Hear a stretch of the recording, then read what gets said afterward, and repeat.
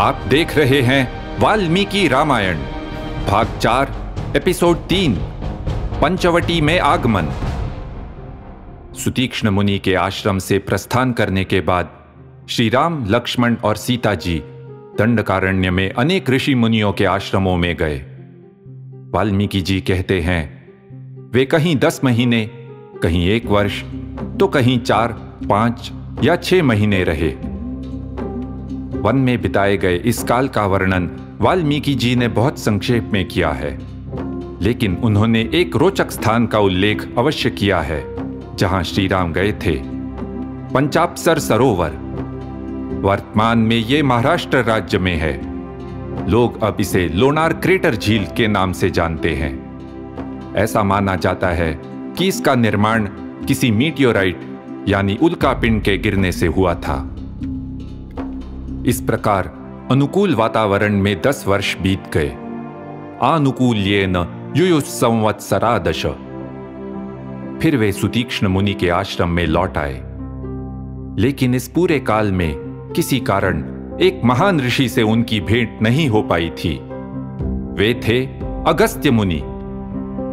और जब श्री राम ने उनसे मिलने की इच्छा प्रकट की तो सुतीक्ष्ण मुनि बोले, अच्छा हुआ आप स्वयं ही मुझसे इस विषय में पूछ रहे हैं। मैं भी आपसे यही कहना चाहता था कि आप अगस्त्य मुनि से मिलने अवश्य जाएं। अहमपि एतदेव त्वां वक्तुकामः अगस्त्यम अभिगच्छेति।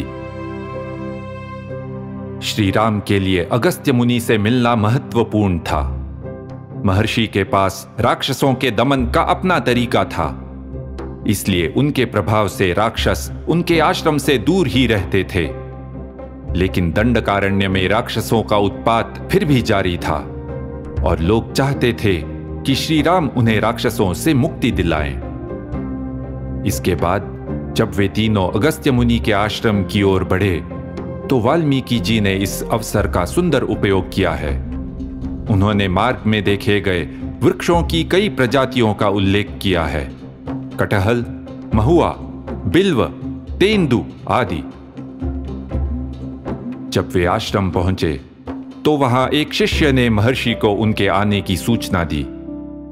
महर्षि ने शिष्य से कहा, अच्छा हुआ कि श्री राम स्वयं ही आ गए हैं। मैं भी उनसे मिलना चाहता हूं, तुरंत उन्हें ले आओ। जब शिष्य उन तीनों को महर्षि से मिलवाने ले जा रहा था तब वाल्मीकि जी हमें उस आश्रम के बारे में बताते हैं। परिसर विस्तृत और सुविधाओं से परिपूर्ण था। विभिन्न कार्यों तथा अध्ययन के विषयों के अलग अलग स्थान नियत थे, जैसे किसी विश्वविद्यालय के विभाग। श्री राम ने विनम्रता से महर्षि का चरण स्पर्श किया। मुनि ने भी उनका हार्दिक स्वागत किया। महर्षि ने सीता जी की प्रशंसा की, किस तरह वे पति प्रेम के कारण वनवास के अपार कष्ट सह रही थीं। प्राच्य दोषम वनम प्राप्ता भर्तृ स्नेह प्रचोदिता। मुनि के साथ चर्चा करते हुए श्री राम ने उनसे पूछा कि अपने वनवास के शेष काल में वे अब कहाँ रहे। इस पर अगस्त्य मुनि ने सोच विचार कर पंचवटी जाने के लिए कहा। यह सुंदर स्थान गोदावरी नदी के किनारे है। सीता का भी वहां मन लगेगा। वहां पास ही फल मूल और जल उपलब्ध है और आप उस क्षेत्र में रहने वाले मुनियों की भी रक्षा कर सकते हैं। फिर अगस्त्य मुनि ने श्री राम को एक दिव्य धनुष, अमोघ तेजस्वी बाण और एक विशिष्ट तलवार भेंट की। उन्हें लगा कि पंचवटी में श्री राम को इनकी आवश्यकता पड़ेगी। जनस्थान राक्षसों का एक प्रमुख केंद्र था। वे अक्सर उस क्षेत्र के आसपास घूमते रहते थे। आपको याद होगा, भाग 1 में महर्षि विश्वामित्र ने भी श्री राम को अस्त्र शस्त्र दिए थे, मारीच और सुबाहु का सामना करने के लिए। तो इस प्रकार वे पंचवटी की ओर चल पड़े। रास्ते में उन्हें कोई मिला जो गिद्ध जैसा दिखता था, पर गिद्ध था नहीं। उन्हें शंका हुई कि ये कोई राक्षस तो नहीं, और उन्होंने उससे उसका परिचय पूछा। तब उसने मधुरवाणी में कहा, बेटा, मैं तुम्हारे पिता का मित्र हूं। मेरा नाम जटायु है। मैं संपाति का छोटा भाई हूं। जटायु ने फिर कहा कि वे पंचवटी में उनकी सहायता कर सकते हैं। श्री राम ने बड़े आदरपूर्वक वह प्रस्ताव स्वीकार किया और उन्हें गले लगा लिया। तब वे सभी पंचवटी की ओर आगे बढ़े। चलते चलते जटायु ने उन्हें दशरथ के साथ अपनी मित्रता की कई कहानियां सुनाई। पंचवटी निश्चित ही उनके आश्रम के लिए अनुकूल स्थान था। गोदावरी के निकट स्थित पहाड़ियों से घिरे इस रमणीय स्थल का वाल्मीकि जी ने विस्तृत वर्णन किया है। यहां भी उन्होंने वन में पाए गए वृक्षों की विभिन्न प्रजातियों की सूची दी है। साल, आम, कटहल, चंदन आदि। लक्ष्मण जी ने बांस, शमी की शाखाओं, मिट्टी और कुश से एक सुंदर और विस्तृत पर्णशाला बनाई। श्री राम जानते थे कि लक्ष्मण वनवास में जो उनका साथ दे रहे थे उसका मूल्य चुकाना असंभव था।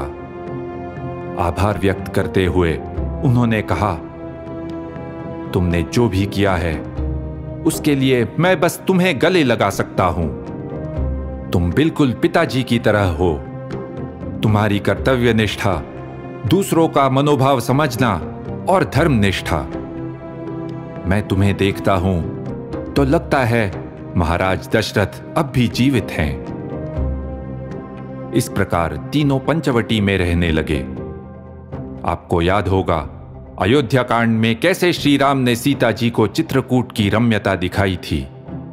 अब लक्ष्मण जी शीतकाल हेमंत ऋतु में पंचवटी के सौंदर्य का वर्णन करते हैं। उनके स्वभाव का यह पहलू हमने पहले नहीं देखा है। सर्दियों की एक सुबह वे नदी में स्नान करने जा रहे थे।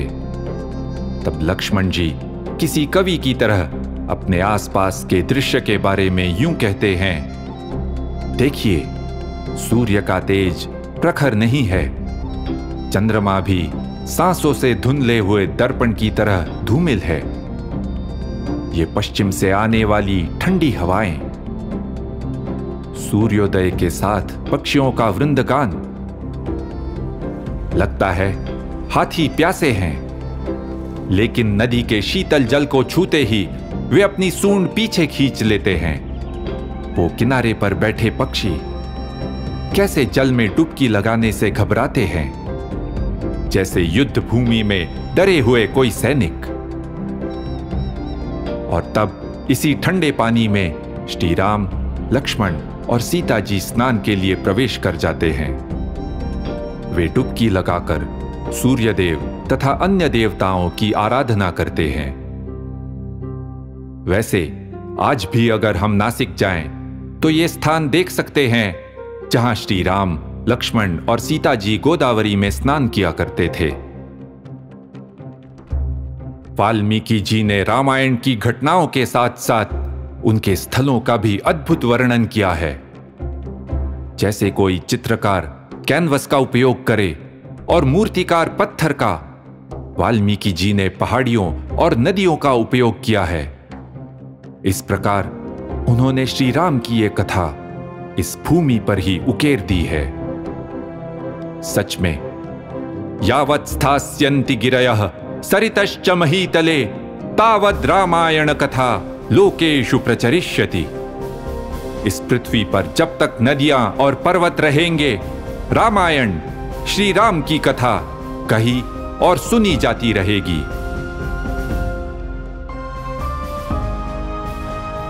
इति ह आस, ऐसा ही हुआ था।